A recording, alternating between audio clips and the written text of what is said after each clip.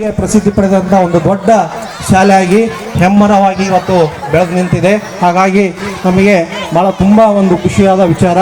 ನಾನು ಇಲ್ಲಿ ಹೆಚ್ಚು ಮಾತಾಡಲಿಕ್ಕೆ ಇಷ್ಟಪಡಲ್ಲ. ಒಂದೇ ಎರಡು ಅಂಶಗಳನ್ನು ನಿಮ್ಮ ಎಲ್ಲ ಪಾಲಕರಲ್ಲಿ ನಾನು ವಿನಂತಿ ಮಾಡ್ಕೊಳ್ತಿದ್ದೇನೆ.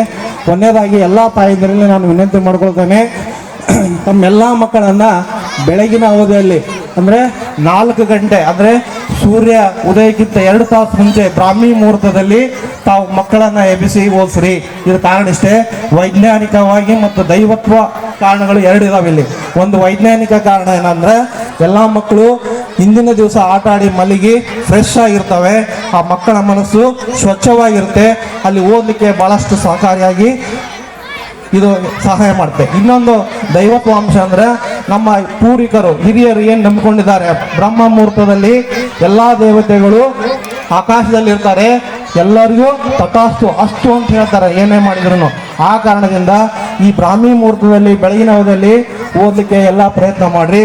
ಇನ್ನೊಂದು ಅಂಶ ಏನಂದರೆ ತಾವೆಲ್ಲರೂ ಎಲ್ಲ ಮಕ್ಕಳಿಗೆ ತಾಯಂದಿರಲ್ಲಿ ನಾನು ವಿಶೇಷವಾಗಿ ವಿನಂತಿ ಮಾಡ್ಕೊಳ್ತೀನಿ, ಎಲ್ಲ ಮಕ್ಕಳಿಗೂ ತಾವು ಸಂಪೂರ್ಣವಾಗಿ 2 ಕೈಗಳಿಂದ ಆಶೀರ್ವಾದ ಮಾಡಿ. ಎಲ್ಲೇ ಹೊರಗಡೆ ಹೋಗಬೇಕಾದ್ರೆ, ಶಾಲೆಗೆ ಬರಬೇಕಾದ್ರೆ ತಮ್ಮ ಮಕ್ಕಳಿಗೆ ತಾಯಂದಿರು, ತಾಯಿಯೇ ಮೊದಲ ಗುರು. ಹಾಗಾಗಿ ತಾವೆಲ್ಲರೂ ಏನು ಮಾಡಬೇಕು, ಮಕ್ಕಳಿಗೆ ಸಂಪೂರ್ಣ 2 ಕೈಗಳಿಂದ ಸ್ಪಷ್ಟವಾಗಿ ಅವ್ರಿಗೆ ಏನು ಮಾಡಬೇಕು, ಆಶೀರ್ವಾದ ಮಾಡಬೇಕು, ಶುಭವಾಗಲಿ ಅಂತೇಳಿ. ಇದರಿಂದ ಏನಾಗಿದೆ ಅಂದರೆ ಇಡೀ ದೈವತ್ವ ತಾಯಿಯಲ್ಲಿರುತ್ತೆ.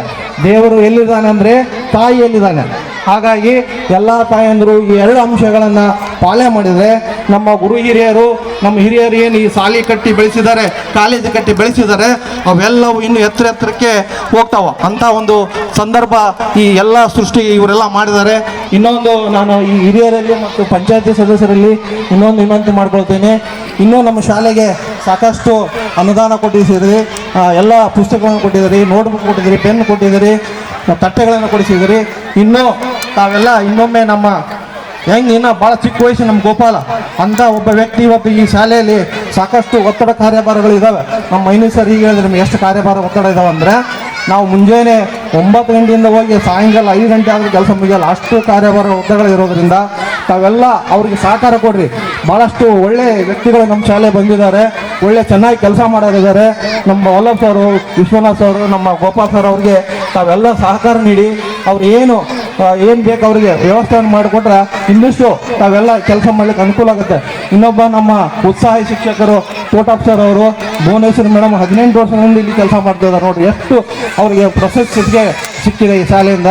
ಅವ್ರಿಗೂ ಸಹ ಮತ್ತು ಅವರೆಲ್ಲರಿಗೂ ನಮ್ಮೆಲ್ಲ ಸಿಬ್ಬಂದಿವರೆಗೂ ನಾನು ಹೃದಯಪೂರ್ವಕ ಧನ್ಯವಾದ ತಿಳಿಸ್ತೇನೆ.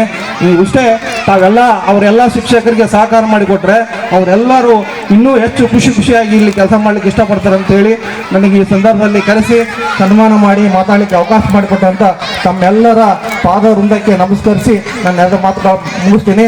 ಜೈ ಹಿಂದ್, ಜೈ ಹಿಂದ್. ಒಂದೇ ಮಾತಾಡ.